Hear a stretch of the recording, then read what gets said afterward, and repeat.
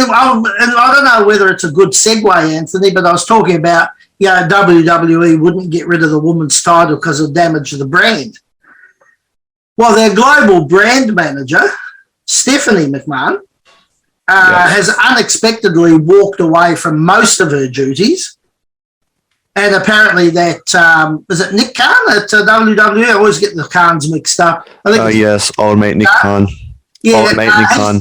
He's taking over a lot of her duties.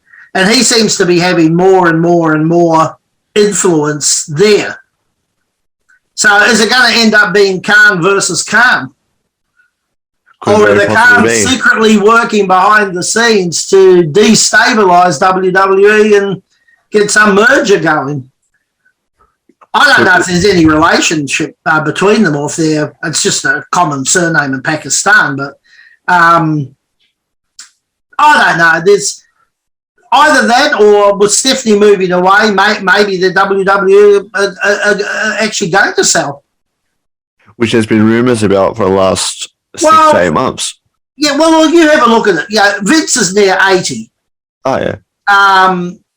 Stephanie's walked away. Triple H has been shit all over, and he's probably not keen. No. Shane, no one really knows, but I think he's doing his own thing. Nick Khan, John Laurinaitis, Pritchard, I think if he's still got much to do with it. They seem to be calling the shots. They didn't want to bring back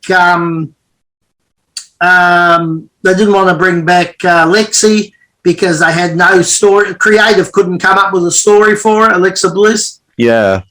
You got a creative department. How the hell can't you come up with a story? You've got every resource available. You've got billions and billions of dollars and experience and people. And how can you not come up with I was just about to swear. I get so angry. How can you not come up with a story? I know, and then the way they've brought it back, they've just brought it back doing Nikki ASH matches. I mean, that's nothing. That's hardly going to get any bums on seats. And having Sonya Deville job out to her prior to that. That's the other thing. I mean, you sort of killed Deville's character off a little bit. I mean, they've killed her off because she's obviously ready to compete again. And maybe you get someone like Sonya Deville and someone teams up with her for the titles. But you need strong champions. You need champions that can go out there, heel or faces, irrespective, but can actually do something. Yeah, it's very true. And at the way you look at the entirety of the women's division, whether it be singles or tag, it's very slim pickings. Well, it is really. I mean, look, you got Bianca Belair, who I got to be honest with you, I'm not a big fan. I think she's all la-di-da and flashy pants and, big hair. And yeah. I'm not a big fan, and she's certainly, as a face, she tends to love herself a bit too much. Faces need to be a little bit more modest.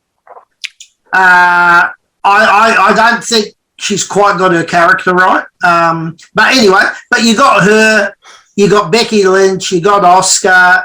Charlotte got married on the weekend, so she'll still be a little bit away. You've got Ronda Rousey, who really is not a wrestler at all. To use old Gorilla Monsoon saying that I used to use in my commentary, wouldn't know a wrist lock from a wristwatch. I don't have much, with her. So, you maybe got half a dozen that could do something.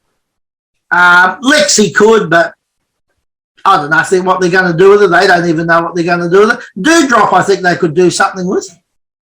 I actually like her. I think she's all right. I think Doudrop was supposed to be what they wanted Nia Jax to be. Probably, yeah. I think she took that spot. In the sense that Doudrop knows how to work.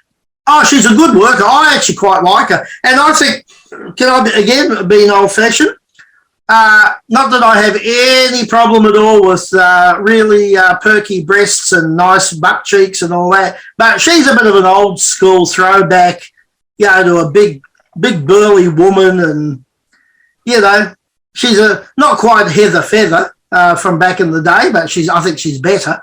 But she's a bigger woman who looks the part, acts the part, has got a bit of credibility about her. Yeah. If I was booking, I'd give her a bit more of a push. And I undoubtedly agree with you. Like, she is good. Like, the last match she was in, okay, yeah, the Rumble match was, because, you know, it was, because I think Becky Lynch was fully capable of handling Dewdrop, but the Chamber match the month after was pretty good. Like, she had a good showing in that, and she just, as most have kind of faded in the background a bit. It just seems to me every time someone shows a bit and they can work and they get a little bit of momentum, bang, they just cut them off at the knees. And yeah. I don't understand it. The whole idea, and I've been promoting since April 1989, probably before you were born. Yeah, would have been before you were born. And the whole idea, get your best workers against each other, put the best matches on, good stories, get people coming in. It's a pretty simple thing. Good guy, bad guy, you know, different makeups in the stories and this, that, and the next thing. You know, bad guy goes over, bad guy goes over, bad guy goes over. Suddenly the good guy triumphs in the end and everyone's happy. It's a really, really simple bloody business. But then you have the WWE who tries to overcomplicate it. Well, you don't need to. Like back in the day when they were absolutely fiery, it was only Vince and Pat Patterson sitting there doing all the booking. Two men sitting there who knew something about the business, and they did the booking, and they were, you know, turned into a multi-billion-dollar corporation. Yeah, it wasn't hard. You had good guys, but Vince will not allow anybody to become bigger than the brand again. Which is really not what it's about. And all that, you know. He will not allow anyone to become bigger than the brand again. That's why you've got a whole string of robots. And as Will Ospreay said in a tweet yesterday, yep. He refuses to go to WWE. He says, but while you may be on great money, you're not wrestlers, you're actors doing what you're told to do. He goes, I know you can all wrestle, but you're not allowed to, and you're going for the money. He goes, I want to call myself a wrestler, and that's why I won't sign. And I'm going to be honest with you, I actually quite admire that. I do too. Like when I saw that, I actually properly read it. I went, he's got a point here. Yeah, he's got balls to say it, and he's doing it. And he's obviously making good money wherever he goes on all the independents in Japan and wherever else he is. Good on him. Absolutely good on him. But going back to my point from a few minutes ago with Brand and Stephanie going, yeah, I would not be surprised in the slightest to see WWE sold. It's at the peak of its powers. They've got rid of all of the fat. So when you're selling a business, you trim every bit of fat. You make it as profitable as you can. You have it looking, you know, bare bones sort of thing. So the new person coming in has got free reign to get whoever they want and do whatever they want. And I wouldn't be surprised in the slightest. I just found it very interesting that within that same week that Sasha and Naomi pulled that stunt was when Stephanie decided to take a leave of absence. Not that I'm saying it's connected or anything. No, it's hard to look at the heart. It'd be hard to know. I mean, you've been around as well. You know, there's a lot goes on behind the scenes that no one ever really knows. But it could be coincidental. It could be part of a bigger thing that's developing. You know, I don't know. Yeah, you worry.